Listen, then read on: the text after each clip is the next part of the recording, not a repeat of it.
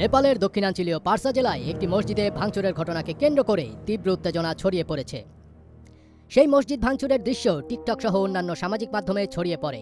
এতে বীরগঞ্জের বিভিন্ন স্থানে উভয় পক্ষই রাস্তায় নেমে আসে এবং সংঘর্ষে জড়ায়। পরিস্থিতি নিয়ন্ত্রণে সর্বোচ্চ সতর্কতা জারি করেছে নেপাল প্রশাসন। নিরাপত্তা পরিস্থিতির কারণে নেপালের সঙ্গে সীমান্ত বন্ধ করে দিয়েছে ভারত। এনডিটিভির প্রতিবেদনে জানানো হয়, সীমান্তবর্তী নেপালের একাধিক এলাকায় সাম্প্রদায়িক উত্তেজনা ছড়িয়ে পড়ায় প্রশাসন সর্বোচ্চ সতর্কতায় রয়েছে। পরিস্থিতি সামাল দিতে সর্বোচ্চ সতর্কতায় রয়েছে নেপালের নিরাপত্তা বাহিনী। পুলিশের বরাতে এনডিটিভি জানায়, সাধুয়ামারান এলাকায় একটি মসজিদে ভাঙচুর চালায় একদল দুষ্কৃতিকারী। এই ঘটনার ভিডিও দ্রুত সোশ্যাল মিডিয়ায় ভাইরাল হয়ে যায়। এই ঘটনার প্রতিবাদে রোববার 4 জানুয়ারি সকালে পারসা জেলার বীরগঞ্জ শহরে বিক্ষোভ শুরু হয়।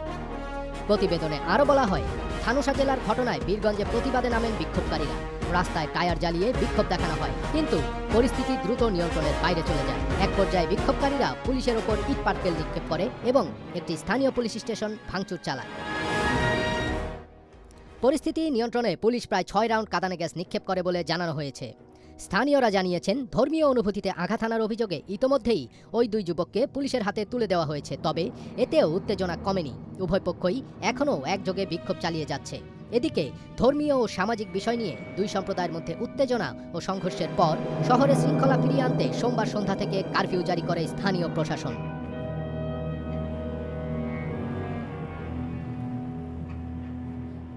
ফাজবির তাজ,